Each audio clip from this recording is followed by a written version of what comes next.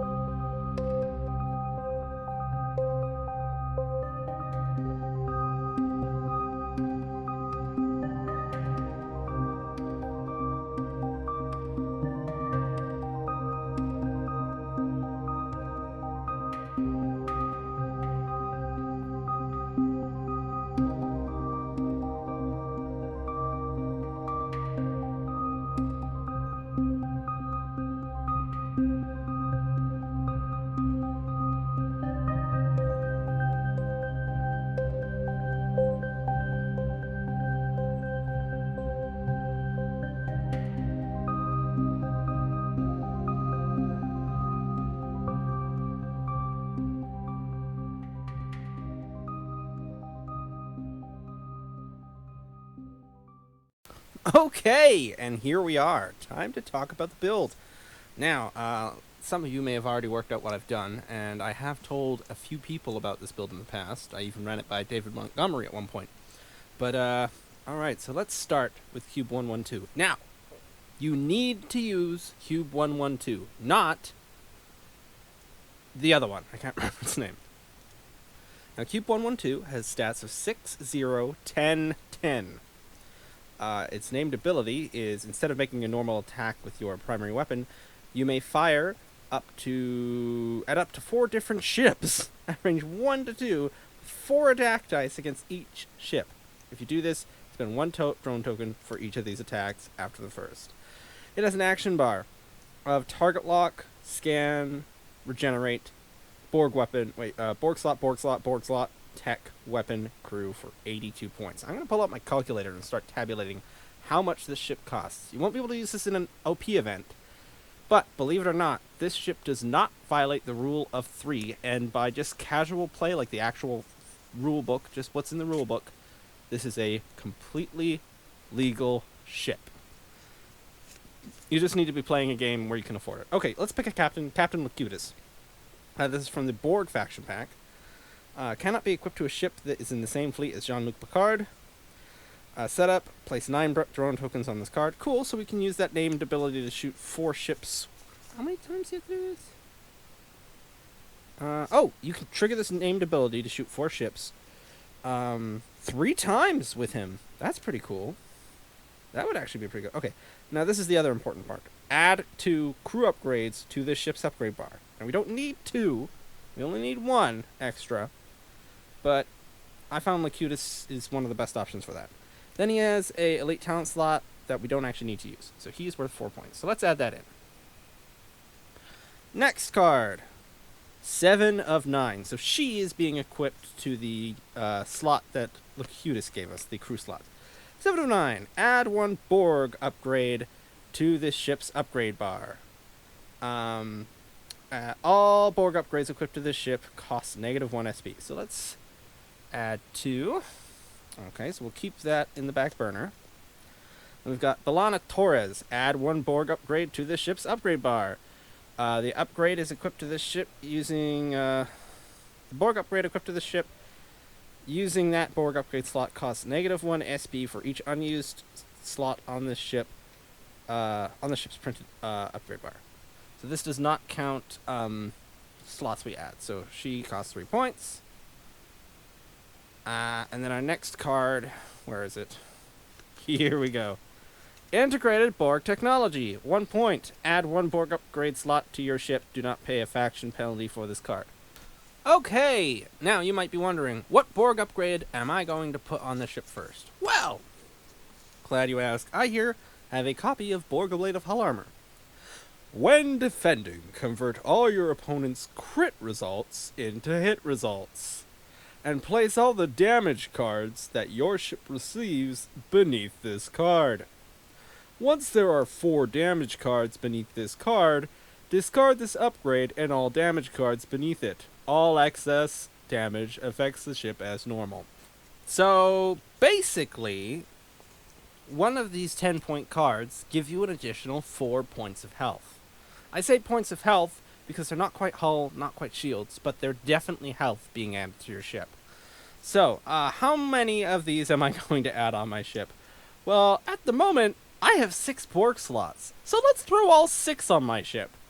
So now, my Borg ship has gone from 20 durability all the way up to 44 points of health.